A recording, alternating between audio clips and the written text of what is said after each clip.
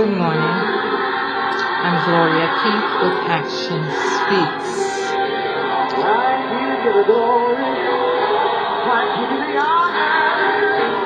I give you the praise. For thou shalt be mine. This is my meditation period for this morning. When my friends talk about me, when they stand out my name, I know I can come to you. I know I can talk to you. I know I can lean on you, Jesus. I can depend on you, Jesus.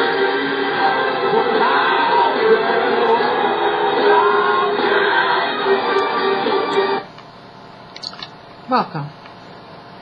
Again, I'm Gloria J with Action Speaks, and I shall continue to read the research, studies, and history of giftedness in order to authenticate the production of my new book, Every Child Born Gifted.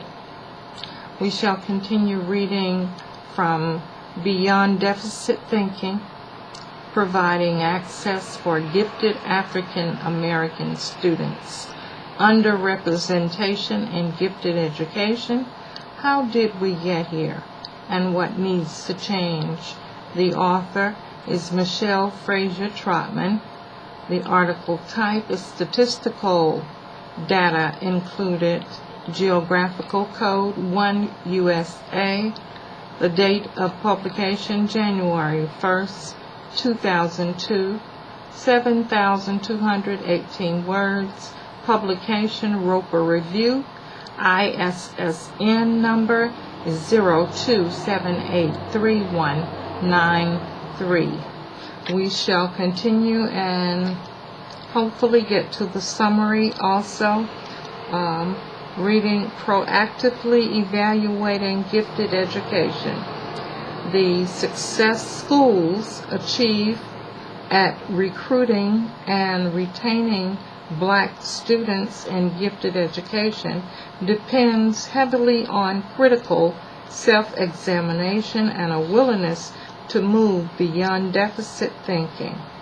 One can use the recommendations below to assess the quality of gifted programs and the extent to which these programs embody principles of diversity and equity. See Ford, 1996, Ford and Harris, 1999, Ford ETAL, 2000. First, the school district should examine its philosophy of gifted education and its definition of giftedness. Agree. More specifically, its philosophy, which mine is Every Child Born Gifted, its philosophy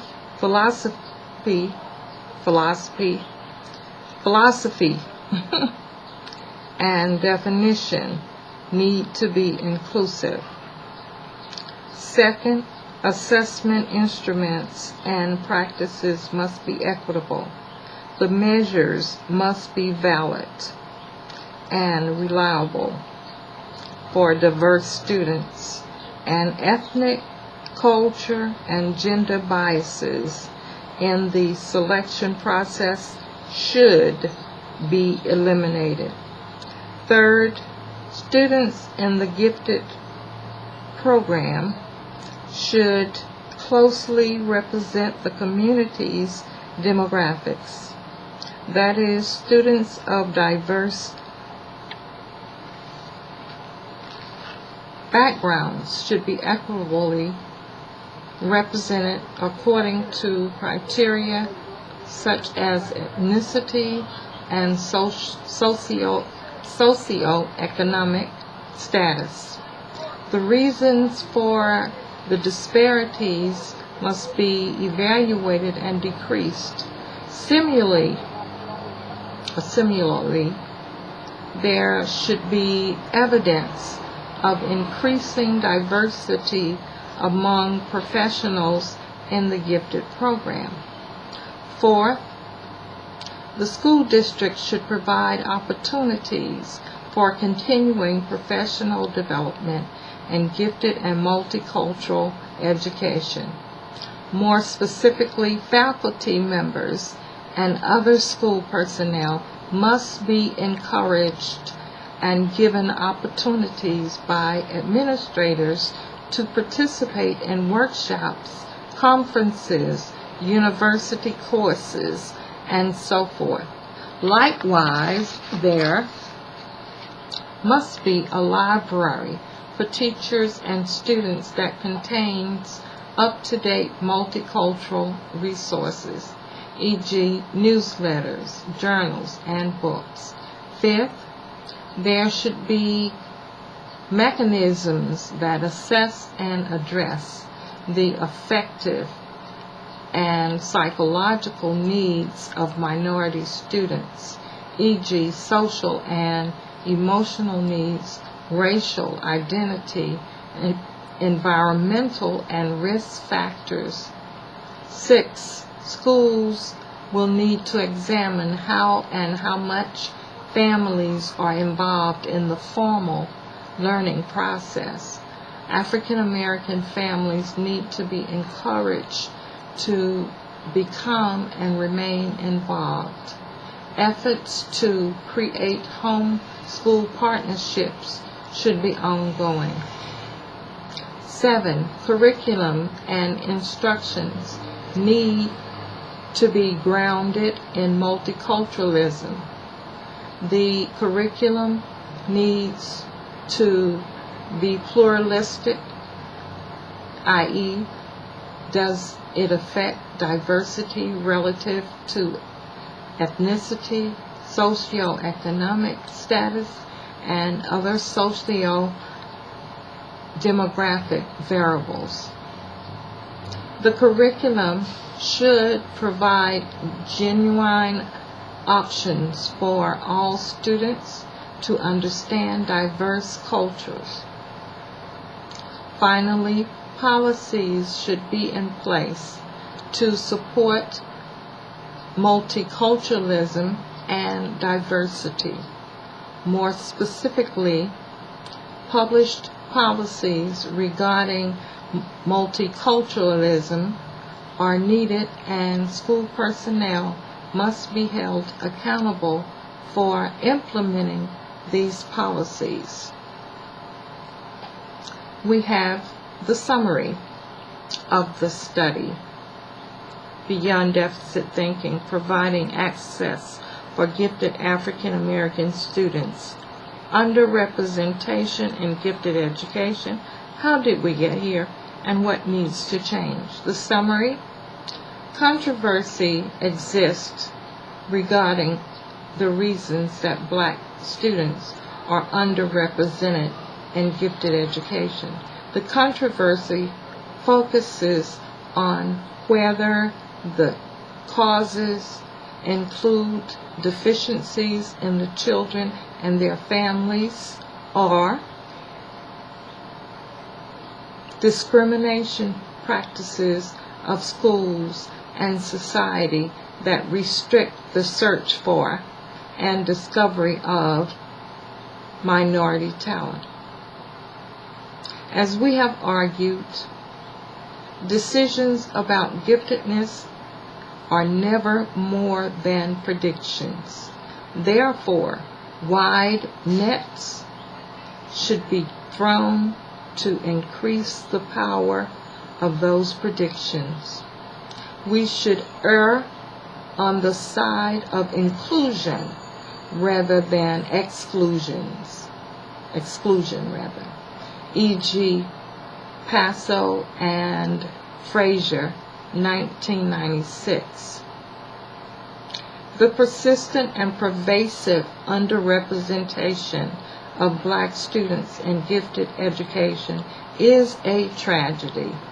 Black students are unidentified as gifted for many reasons. Accordingly, they receive an inappropriate education. we can attribute much of the difficulty to the deficit thinking that persists in education, because deficit thinking limits access and opportunity. One can, however, take proactive and aggressive steps to rectify this mindset and its consequences. For instance, designing, adapting, modifying, and extending instruments, strategies, and procedures that take into account the influence of ethnicity, culture, and socioeconomic status on behavior improves greatly upon traditional identification approaches. Passo and Frazier, 1996, page 201. The ultimate challenge is to create paradigms that take culture and context into account to enhance possibilities for diverse students. As an ad for the United Negro College Fund says, a mind is a terrible thing to waste. Should deficit thinking orientations continue, many more gifted black students will atrophy in their schools, and their schools will be at fault. A mind is also a terrible thing to erase. And that continues the particular study beyond deficit thinking, providing access for gifted African American students, underrepresentation in gifted education. How did we get here, and what needs to change? I think the author, Michelle Frazier Trotman, did a very good study and did very well on the study. There are tables, as were previously announced, that there would be tables and statistical data included, and they are definitely included in this study. Thank you for listening and sharing with me this particular study by Michelle Frazier Trotman. May God bless you. And this is Gloria J with Action Speaks, reading history, research, and studies that will authenticate my book, Every Child Born Gifted. God bless you.